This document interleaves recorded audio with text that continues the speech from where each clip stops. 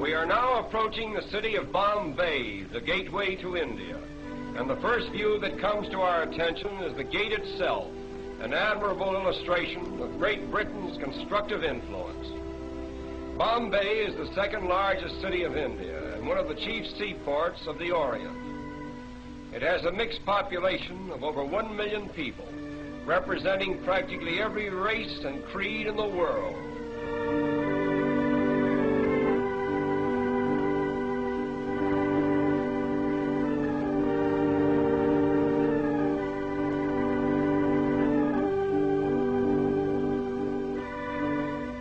The Taj Mahal Hotel is unquestionably the most pretentious one in all of India.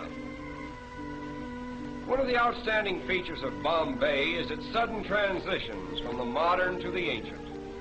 This scene, for example, was taken a few minutes from the heart of the city, where the 15th century is constantly rubbing shoulders with the 20th.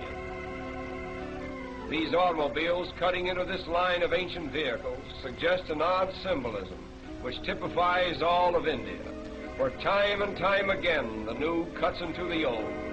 But the gap is soon filled in, and the ancient procession goes on in strange defiance.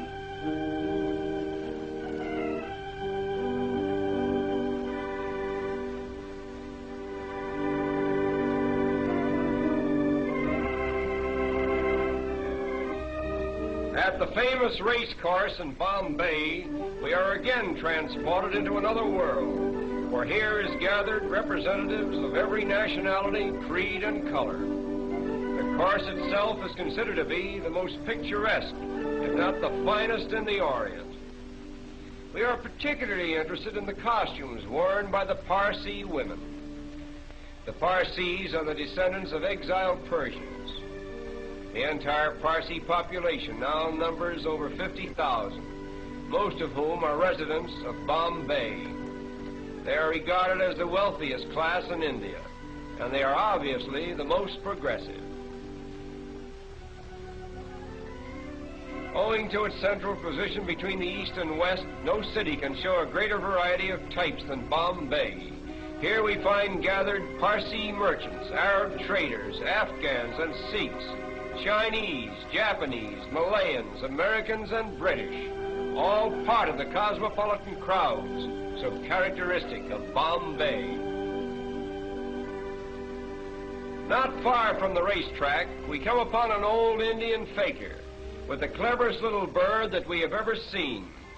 We will pause a while and watch this little fellow perform.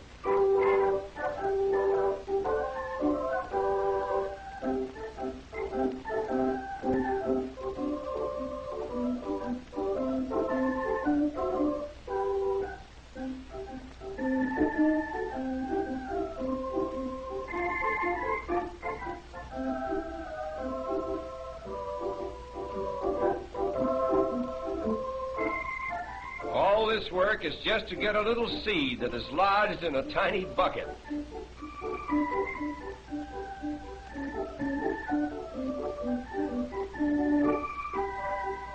Stringing beads is the most amazing thing that this bird does.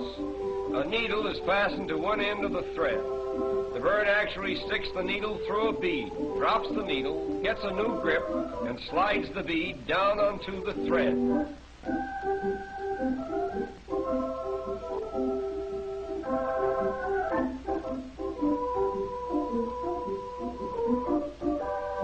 But there is much more to see, and our time is limited. So we will leave this little bird with his beads and continue on to a picturesque fishing village just a short distance from Bombay.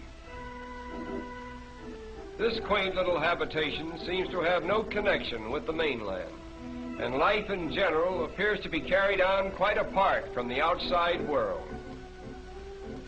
All the people who live here are engaged in the fish industry, and as strange as it may seem, many of them are strict vegetarians, and therefore will not eat fish of any kind.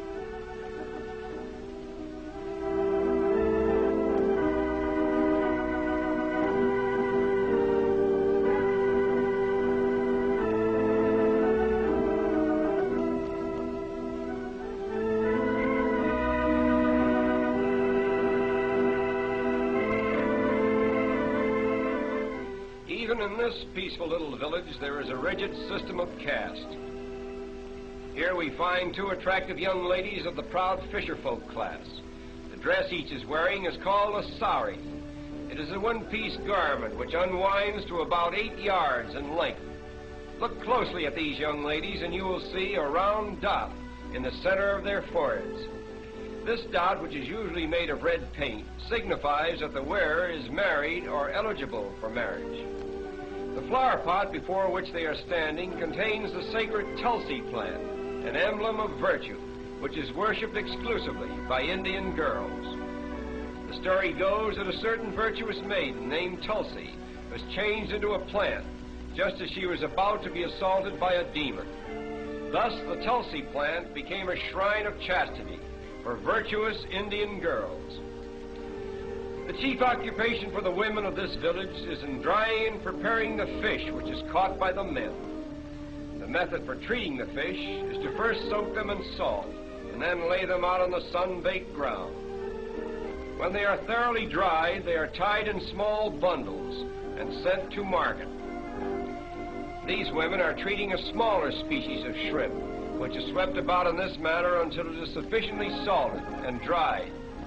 It is then used in preparing the famous Indian curry. No picture of India could possibly be complete without a view of its royal elephants on parade.